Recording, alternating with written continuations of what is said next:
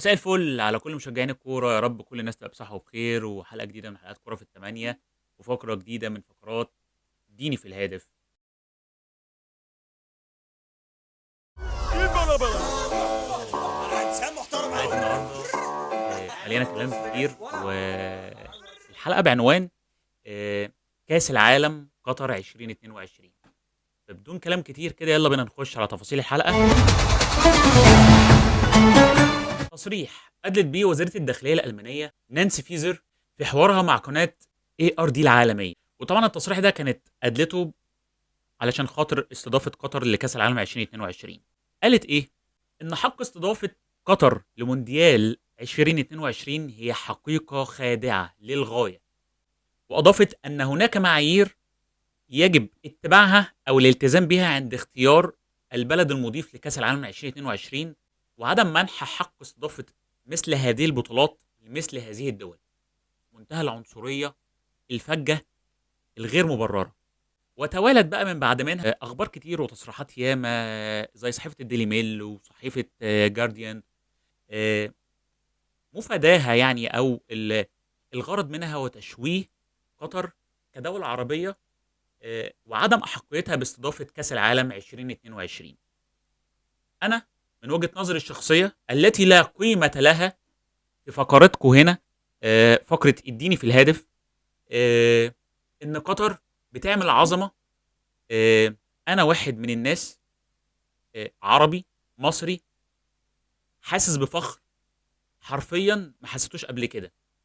ناس كتير ممكن تستغرب من كلامي ده، بس حقيقي وبدون مبالغه والله فعلا انا حاسس بفخر ان البلد دي عملت الانجاز ده من 2010 لحد اللحظه اللي فاضل فيها كام يوم ويبتدي كاس العالم دي. بجد انا اكن مصر اللي بتعمل البطوله، رغم الخلافات والاشاعات والخلافات السياسيه الكتيره اللي حصلت بين مصر والدوله العربيه وقطر، بدون الدخول في تفاصيلها ومش قصتنا وانا ما بفهمش فيها بصراحه، الا ان حرفيا قطر آه، تستحق مننا ومن كل عربي سواء مصري او اي عرق تاني انه يفخر ان الدوله دي الصغيره دي اللي مساحتها لا تتخطى في مصر مساحه 4 5 محافظات جنب بعض، يستحق انه يفخر بجد ان الدوله دي عملت العظمه ديت في بطوله كاس العالم 2022. وطبعا سيكولوجيه البني ادم في علم النفس يعني دايما بتبقى بالفطره، يعني كده احنا اتخلقنا او اتولدنا بالفطره عندنا الغيره. بس الغيره اللي حاصله دلوقتي من الجانب الاوروبي تجاه قطر بصراحه غير مبرره وفجه جدا. طبعا ابتدت يزيد الهجوم، وابتدى الغرب الاوروبي يزود الهجمات دي على قطر بسبب، او ابتدت قصه الشريط تبان من اول ما تبنت قطر فكره ان هو اهلا بيكم في قطر، بس مش اهلا بالافكار السيئه او الافكار السامه الغير مرضيه في بلادنا العربيه او بلادنا المسلمه. طبعا على راسهم فكره دعم المثليين.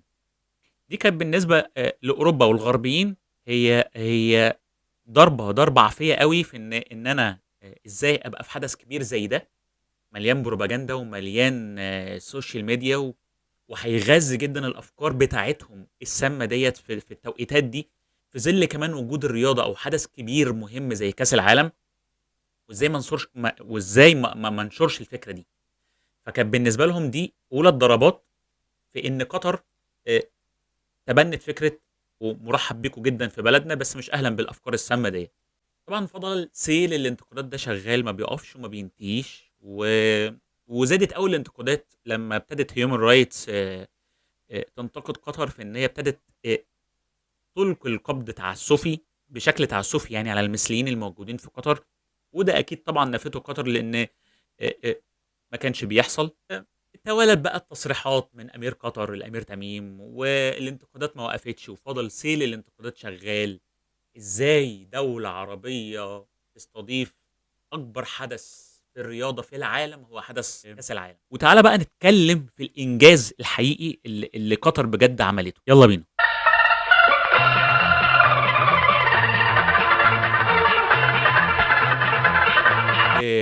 الدولة الصغيرة اللي مساحتها لا تتخطى ال 12000 كيلومتر مربع، مساحتها بالظبط يعني 11571 كيلومتر مربع. يعني تقريبا كده حط اسكندريه، يعني بص بقى خد بالك، حط اسكندريه وكم محافظه ساحليه من الناحيه اللي هي الناحيه اليمين دي، يعني خد مثلا اسكندريه كده وضم عليها دمياط وبورسعيد والسويس، هيعملوا بتاع حوالي مثلا 12000 كيلومتر مربع. يعني انا ما ذكرتلكش مطروح، يعني مطروح اصلا لوحدها لحد السلوم او لحد حدود ليبيا 166000 كيلومتر. انت متخيل؟ وانزل بيهم لتحت الجزء كده لتحت في مصر لحد صحراء سيوه، دي مطروح. لك ان تتخيل ان محافظه مطروح اكبر من دوله قطر. يعني لو قطر اصلا ممكن تلفها في 3 ايام، لف كامل.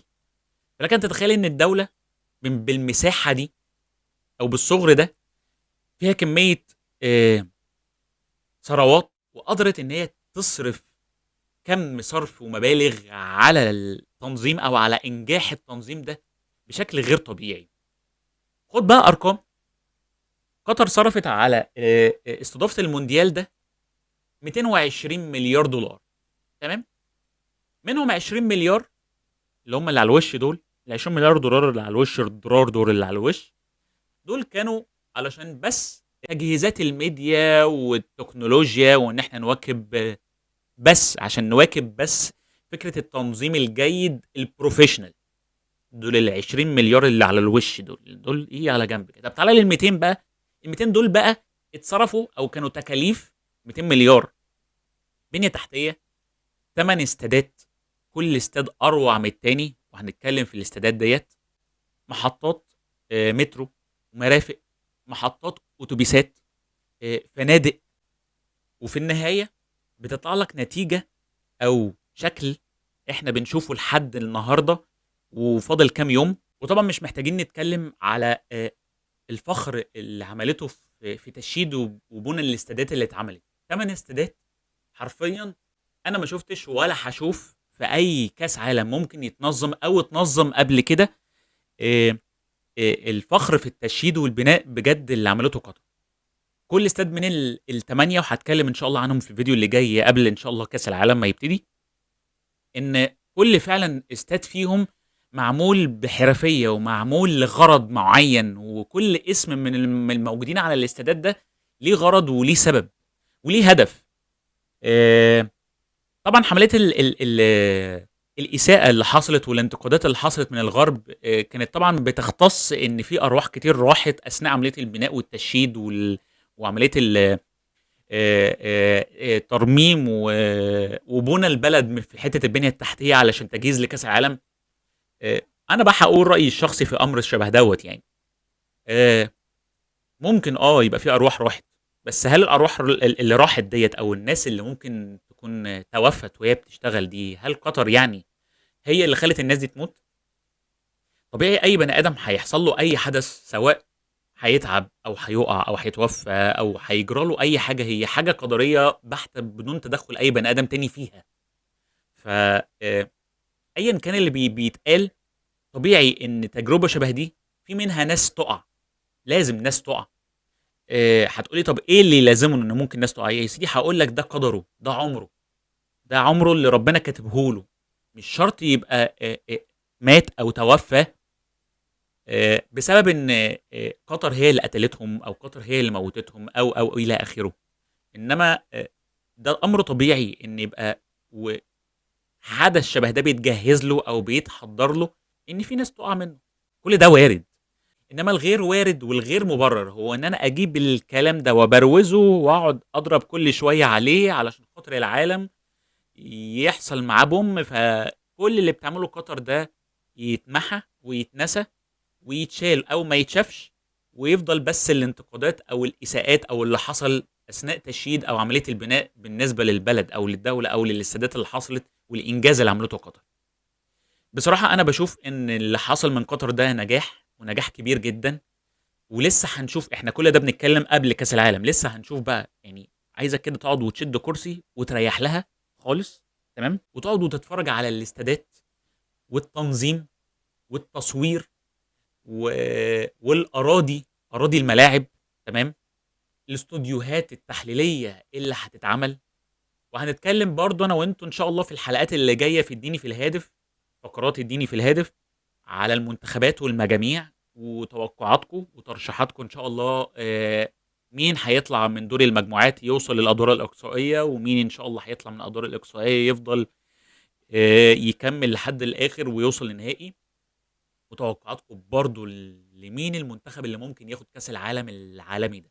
والله حرفيا انا فخور بجد، وكان نفسي حرفيا ان مصر يبقى ليها دور وليها تواجد في كاس العالم ده.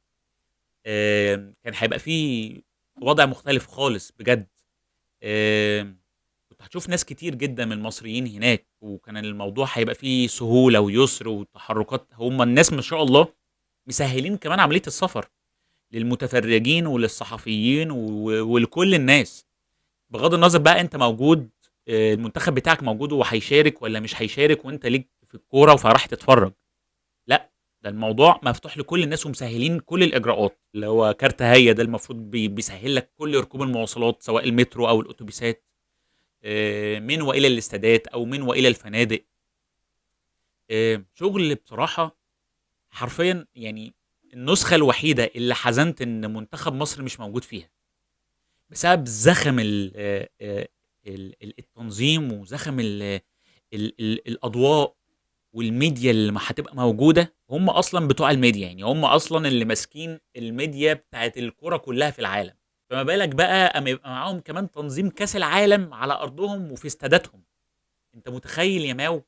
متخيل الوضع هيبقى عامل ازاي؟ لا، دول كمان صارفين 20 مليار من ال 220 على الميديا بس.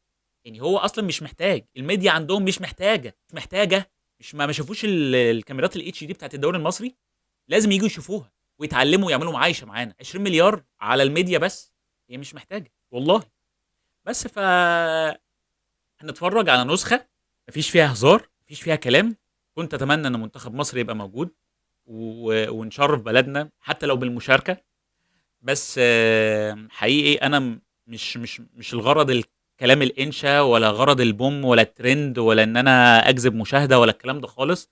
حقيقي انا مبسوط وفخور جدا بالبلد دي.